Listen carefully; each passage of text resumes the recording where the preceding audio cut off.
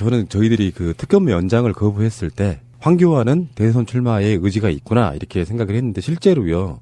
특검의 연장을 반대하고 황교안의 지지율이 올랐습니다. 그러니까 제가 그때 말씀드렸던 게 저는 정답이라고 보는 게 황교안은 대선 출마할 생각이 있지만 당선될 생각은 없다 이렇게 보는 거고요. 근데 계산을 해보면 황교안이 특검을 연장해줬더라도 지지율이 사실은 플러스 마이너스였을 거라고 생각이 들고 이쪽에서 황교안이 탄핵을 연장시켜줬다고 해서 황교안 찍을 사람들이 있겠습니까?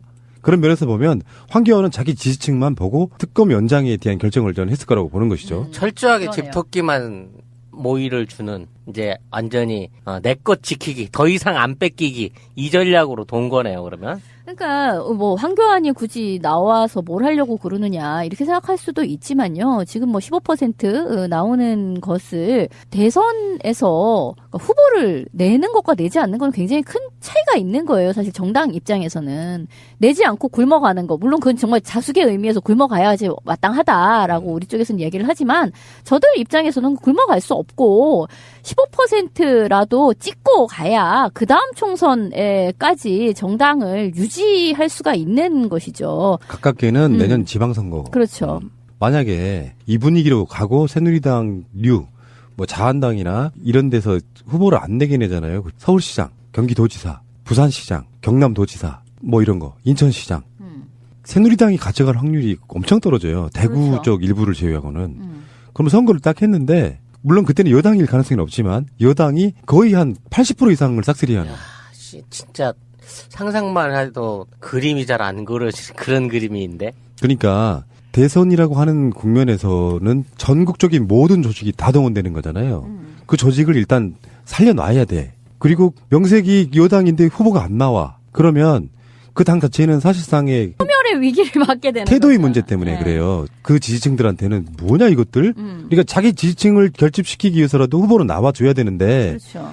너무 비리비리한 것들이 나오느니 현실적으로 황교안 같은 현직 국무총리가 나오는 것이 가장 파괴력이 클 수 있다. 황교안이 나올 가능성이 있고 그렇죠. 그리고 황교안도 국무총리를 그만두게 되면 정말 정치할 생각이 없다면 최하로 돌아가겠지만 정치할 생각이 진짜 있다고 생각하면은 대선 후보인 이상 이 사람이 당권 경쟁에도 뛰어들 수 있을 만큼 정치적 입지가 갑자기 높아지는 거예요. 그렇죠. 일반 초선 의원하고 약간 다른 개념이 돼버릴 수 있단 말이에요. 그런 면에서는 황교안이 현재 하는 짓거리를 보면 나올 것이 확실시 되죠. 근데 만약에 이제 어떤 여러 가지 경우 국민적 비난, 탄핵이 기각됐을 경우에도 황교안이 나올 가능성이 좀 높고요. 탄핵이 인용됐을 때도 가능성이 높은데 박근혜의 동정론의 지지율에 힘입어서 박근혜 대통령의 억울한 점을 풀기 위해서 출마한다 이렇게 나간다고 합시다. 네. 황교안이 출마를 안 한다는 공식적인 발표를 하게 되면 그쪽에 지금 이미 출마하겠다고 한 사람들 의미가 별로 없어집니다. 어찌됐거나 황교안 자체는 자의지가 없어요. 자기 자신이 그 앞으로의 진로와 진퇴나 출마에 대한 내용을 결정한 능력이 전혀 없는 사람입니다. 떠밀려가고 있는 상황이거든. 그 뒤에 황교안을 조정하고 있는 세력의 어떤 그 계획이라든지 본인들의 설계에 의해서 황교안은 써질 수도 있고 뭐 버려질 수도 있는 카드가 될 거예요. 그렇지만 어찌 됐거나 얘들은 황교안이라는 카드를 써먹기 위해서 온갖 종류의 굉장히 반민주적인 그리고 그동안 박근혜가 취해왔던 정책들에 대한 아주 뒷설거지를 철저하게 황교안에다 시킬 거예요.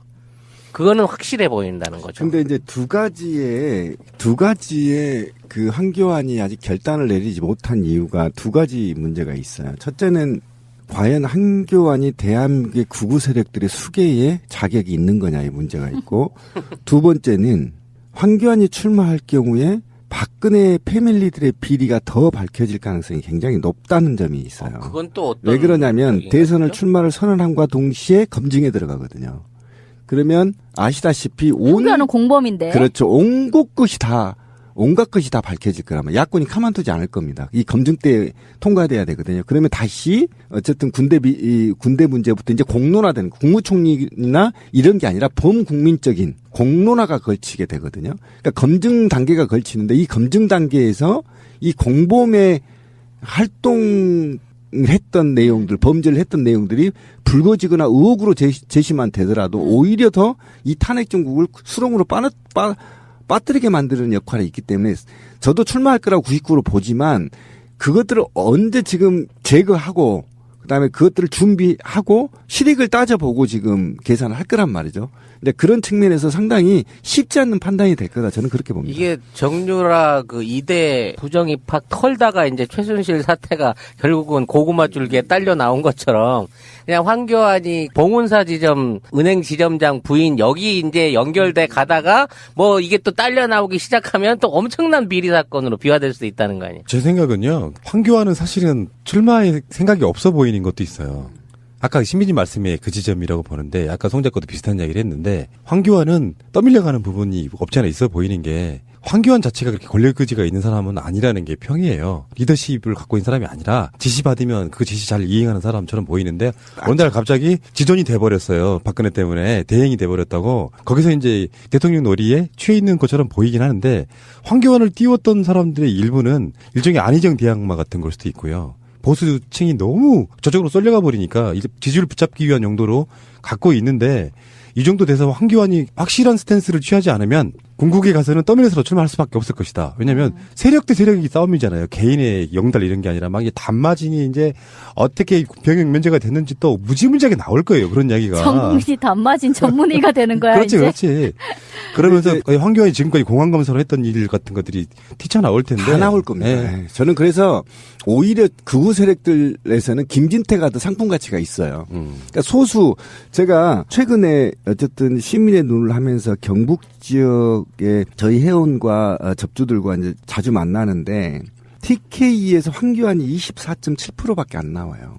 이게 무엇을 의미하냐면요. TK 경북 TK에서도요. 지금 우리가 다시 재집권하는 건 문제가 있다. 포기한 거지. 포기를 한 건데. 이번만 광파는 거지, 이번만. 그런데 좀 양심이 좀 찔린 겁니다. 이 시민들도. 그런데 이게 누구를 그럼 지지할 거냐 대선에서 포기할 선거를 투표를 안 할 거냐의 문제 있지만 그래도 내가 이재명이나 문재인 안 해도 안희정은 찍어줄게. 이 비율이 TK 경북이 높다라는 겁니다. 그러니까 이런 종합적인 지역적인 특성까지 지금 붕괴되고 있는 상황에서 황교안이 과연 나와서 본 레이스를 뛰면 저는 5% 이내로 떨어질 거라고 봐요. 그래서 굉장히 힘들 거다. 하여튼 제 주관적인 생각이니까. 아니, 그러니까 완고하게 버티고 있는 보수의 본진의 후보가 5% 정도밖에 안 나온다는 건 좀 말이 안 되고 저는 실질적으로 대선에 돌입한다고 하면 최소 30%는 먹고 간다고 봐요. 1대1 구도에서? 네, 그럴 수, 네. 1대1 구도에서는 그 정도 나오겠죠. 한 25, 30. 1대1이 아니라도 저는 그래요. 안철수까지 뛰는, 3자 구도? 3자 구도는 절대 20% 못 넣었으면 한교안이죠. 왜냐면 15%는 먹겠지. 예, 그 정도밖에 안 돼요, 제가. 지금도 어쨌든 다 털면 15%인 거잖아요. 대선과 일반 여론조사의 다른 점일 수도 있는데 그렇죠. 막상 선거전 들어가면 이를테면은 저쪽 탄기국에서 하는 메시지가 그거지 않습니까? 박근혜 대통령은 좌파들에게 억울하게 엮여서 당했다라고 생각하는 사람들은 결국엔 그 메시지가 계속 가게 되면 그걸 믿게 돼요. 그래서 생각해보니 박근혜 대통령은 뇌물을 받은 게 없는데? 이렇게 생각하는 사람들은 박근혜가 억울하게 당했으니까 박근혜 당한 사람을 찍을 수밖에 없는. 그래서 우리가 말했던 박근혜가 한 행위가 너무 어처구니가 없어가지고 박근혜 지지율 탄핵해야 된다고 하는 사람들도 선뜻 문재인과 이재명에게 표가 가지 않는다고 하면 그들의 입장에서는 어떻게든지 대선 국면에 선동되어지면 기본 우리가 말했던 정말 절대 깨지지 않던 아성의 지지율 30% 있잖아요. 원래 옛날 우리가 말했던. 그걸 회복하겠다. 그 정도 회복할 거라고 보는 거죠. 별로 안 된다고 보는 거죠. 박근혜 탄핵 끝나고 나서 그것이 알고 싶다 같은 데에서 그동안 재판 결과나 탄핵 심판 결과를 바탕으로 그냥 이걸 다큐멘터리를 만들어서 그냥 일주일에 한 5회씩만 이렇게 짝짝 틀어주면은 국민들이 바로 그냥 깨우치지 않을까? 이건 아직 불가능한가? 일단 기대가 되는 게 3월 6일 날 특검이 지금까지 수사 결과를 발표해요.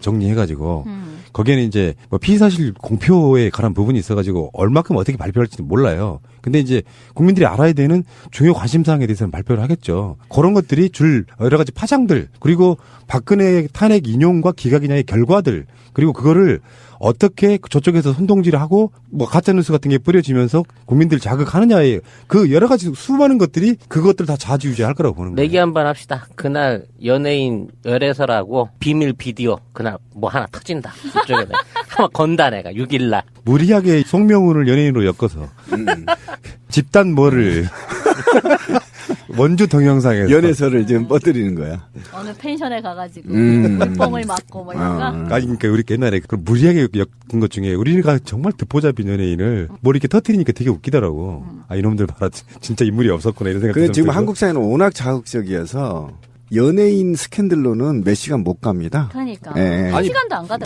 박근혜 게이트가 이보다 자극적인 게 세상에 어디 있었냐고요. 아, 김정남도 결국은 열흘을 못 버텼어. 약 들어갔죠. 종합 세트. 암흑의 그림자 같은 비선이 연설문을 써버려. 이보다 더 자극적인 뉴스가 그리고 있어. 무당까지 다 나오잖아. 모든 자극적인 다 나오고. 그거 20살 연하 치정 관계도 있어요. 제일 좋아하는 거.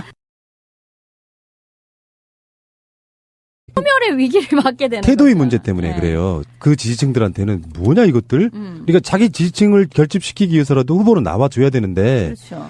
너무 비리비리한 것들이 나오느니 현실적으로 황교안 같은 현직 국무총리가 나오는 것이 가장 파괴를 이끌 수 있다. 황교안이 나올 가능성이 있고 그렇죠. 그리고 황교안도 국무총리를 그만두게 되면 정말 정치할 생각이 없다면 최애로 돌아가겠지만 정치할 생각이 진짜 있다고 생각하면은 대선 후보인 이상 이 사람이 당권 경쟁에도 뛰어들 수 있을 만큼 정치적 입지가 갑자기 높아지는 거예요. 그렇죠. 일반 초선 의원하고 약간 다른 개념이 돼버릴 수 있단 말이에요. 그런 면에서는 황교안이 현재 하는 짓거리를 보면 나올 것이 확실시 되죠. 근데 만약에 이제 어떤 여러 가지 경우 국민적 비난, 탄핵이 기각됐을 경우에도 황교안이 나올 가능성이 좀 높고요. 탄핵이 인용됐을 때도 가능성이 높은데 박근혜의 동정론의 지지율에 힘입어서 박근혜 대통령의 억울한 점을 풀기 위해서 출마한다 이렇게 나간다고 그럴 합시다. 수 있죠. 예. 황교안이 출마를 안 한다는 공식적인 발표를 하게 되면 그쪽에 지금 이미 출마하겠다고 한 사람들 의미가 별로 없어집니다. 저는 저희들이 그 특검 연장을 거부했을 때 황교안은 대선 출마에 의지가 있구나 이렇게 생각을 했는데 실제로요.